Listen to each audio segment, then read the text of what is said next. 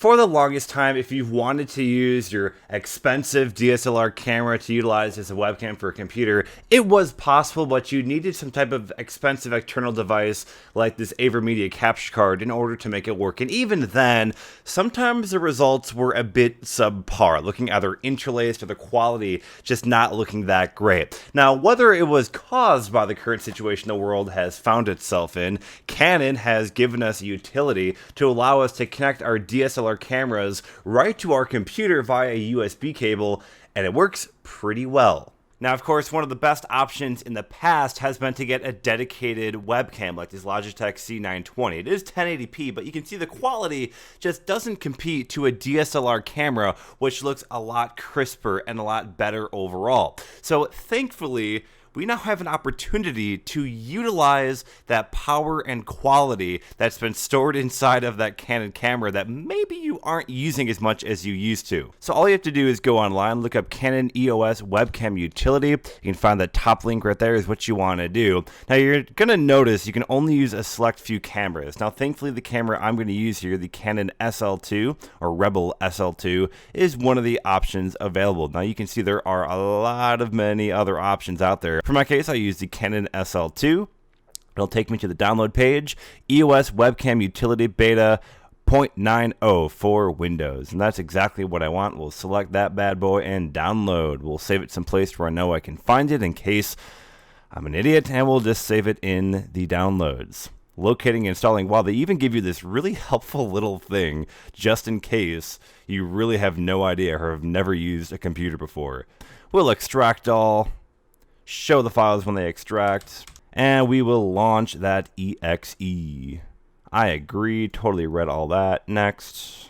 Alright, so there we go. So then I guess the question is, can I just load this up into OBS and will it work? I don't really know. The Logitech camera here, you can kind of see when just looking at OBS, how right here, and the quality looks okay. The lighting, again, helps a lot. The lighting really does boost the performance. But if I switch to the Canon, again, the colors just look better. You have a lot more control, too. Of course, you can edit all the settings on the DSLR instead of kind of having to have it done automatically on the Windows side of thing, where it's pretty much easy to do that. But that was incredibly simple to set up. There's no program you have to launch. It just recognizes it as a webcam, which is pretty awesome. Now, of course, the benefit of having a DSLR camera is the ability to change lenses. So this, what you're seeing right now, is kind of my powerhouse 18-135 USM. I absolutely love this lens. Best investment I think I've ever made. I utilize it for 99.9% of my shoots. But let's say for some reason you want to mix it up. Well, we can do just that. So what if you really want to get kind of roomy?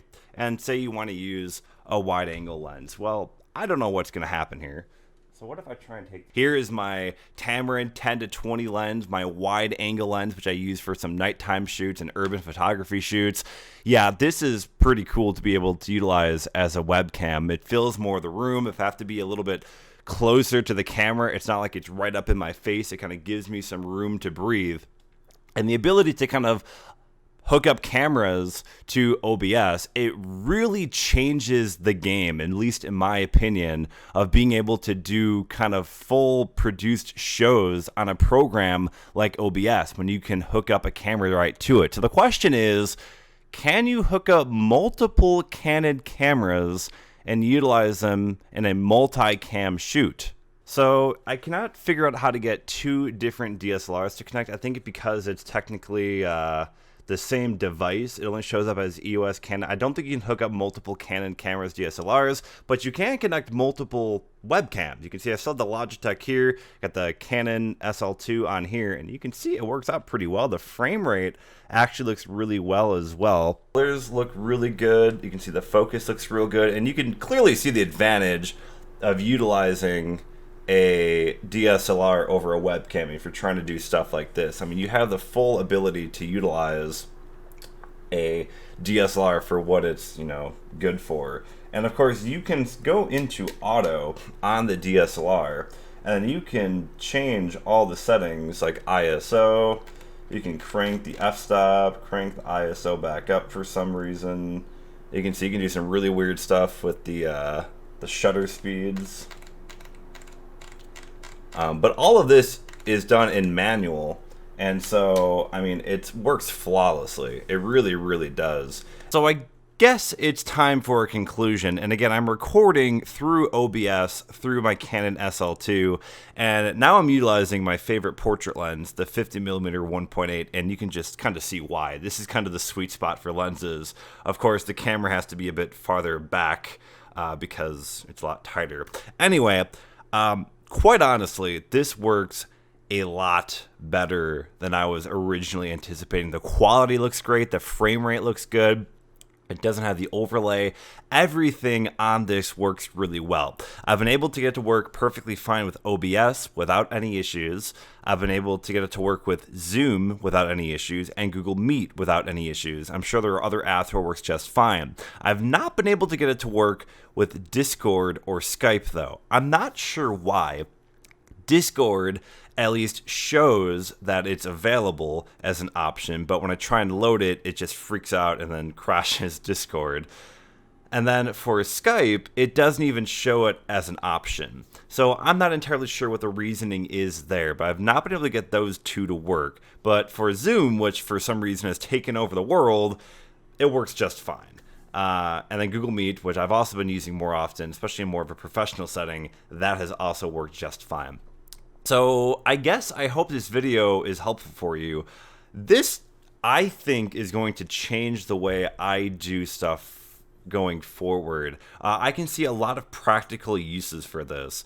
If you're doing some type of shoot or in-house producing like a podcast through OBS, I mean, this opens up a whole new can of worms for quality and production standpoint. And I know from a storm chasing standpoint, this will allow me to record and stream all from the Canon DSLR on my dashboard, which could potentially be a pretty big game changer for me. The one complaint I have is that you cannot record locally on the DSLR while also recording through OBS. That is my one complaint I've found so far. This program is in beta though, and maybe that is something that will change down the road. I really hope they can find a way, because if you can record while also streaming it to a computer as a webcam, there's just so many possibilities. Anyway, I hope you found this useful. Thank you for watching, and I'm probably going to do another video, kind of an add-on to this video, talking about setting up the perfect streaming setup at your desk and how to really make the quality that much better. And I'll tell you, the lighting, I promise you, helps a lot more than you might think. Thanks for watching. Stay healthy, and have a good one, everybody.